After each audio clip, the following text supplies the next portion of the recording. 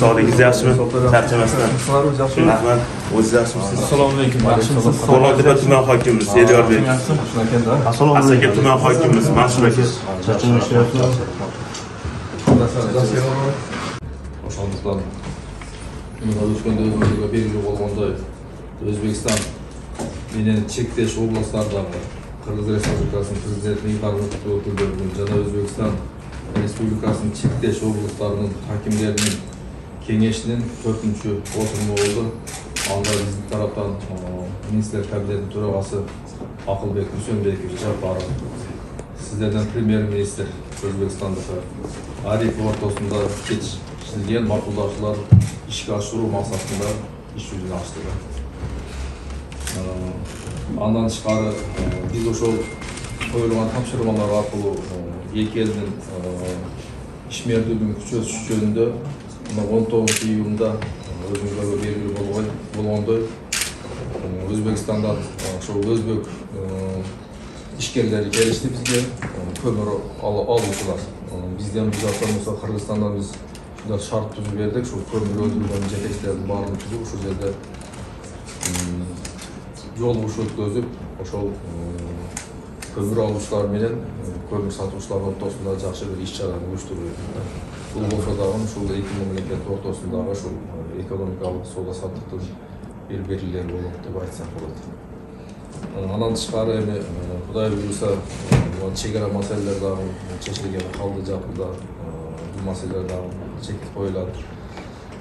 Андан тышкары биз ошол айрыкча ошол Анжан областы менен чектеп болгондуктан биз Анжан областы менен эки областтын ортосунда достук мамилебиз бар. Ошол достук мамилени мындан ары күчөтүшүбүз керек. Анан эми өзүбүздүн область боюнча сиздерге кичине маалымат бере турган болсок, биздин Кыргызстанда 7 область бар. Ошонун эң бир чоң областы бул Ош обласу болуп эсептелет. Халкынын саны 1.400.000ден ашык. Эми территориябыз 29.000 километр квадрат түзөт.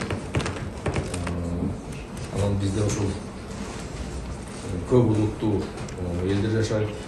Биздин облусубузда облус 7 райондон турат. Ошондой эле 88 айыл өкмөтүбүз бар, 3 кичинекей шаарыбыз. Эми көпчүлүгү бизде мына толук райондордо, Кудай буйруса бүгүн барсаңыздар көрөсүздөр. Лалай району, Чоң Алай району, Каракылжа району бар бул жакта. Өзгө Ноокат району, Араган, сиздер менен чектешкен Кара Суу району. Кудай буйруса ошол жолугушуулар менен биз дагы достукту мындан дагы бекемдейбиз деген ойдобуз. Ошондуктан дагы бир рет куш келипсиңер. Биздин чакыруубузду ошо кабыл алып келгениңер үчүн чоң рахмат. Koyada mana yo'lda qoldi. Yetib keldik. Yuqori bir e'tibor bilan kutib olganinglar uchun avvalo katta rahmat. Bu to'g'ri aytdingiz. Ikki bizni Qirg'iz va O'zbek ellarida bir maqol bor.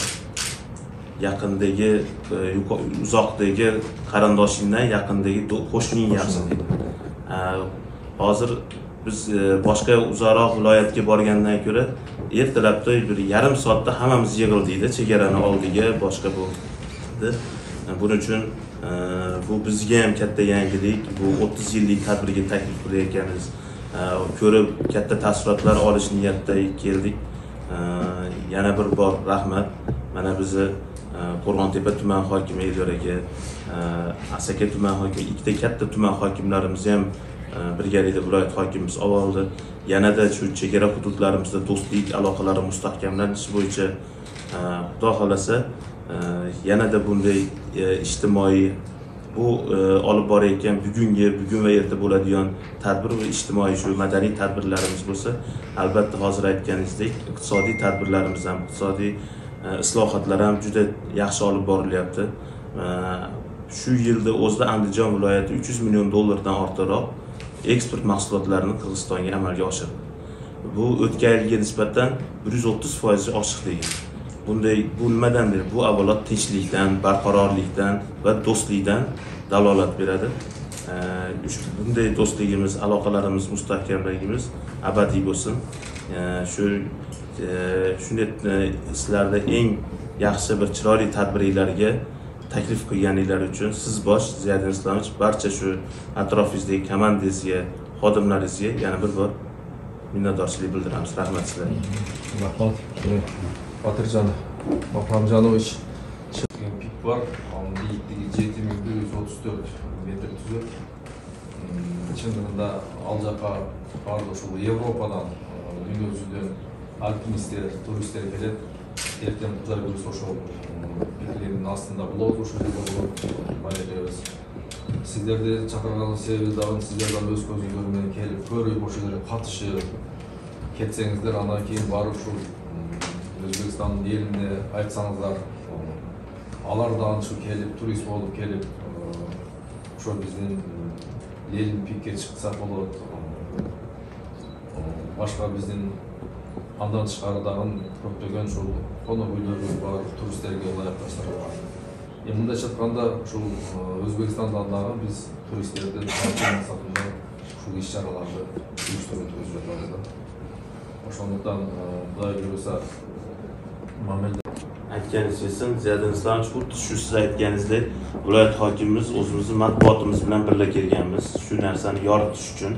Ya'ni bu tadbirda bu nima bo'lib ham hozirgi vaqtda, mana ob-havo qanchalik issiq vaqtda, mana hozir yo'lda siz o'rinbosarlaringiz aytib kelib solishtiryapti.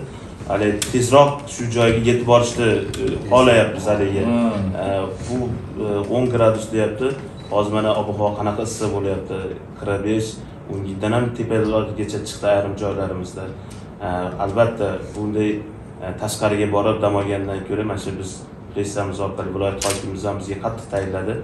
Yaxshi yoritib, ertaga shu turizm turlarini viloyatlar o'rtasida amalga oshirishni niyat qilganmiz.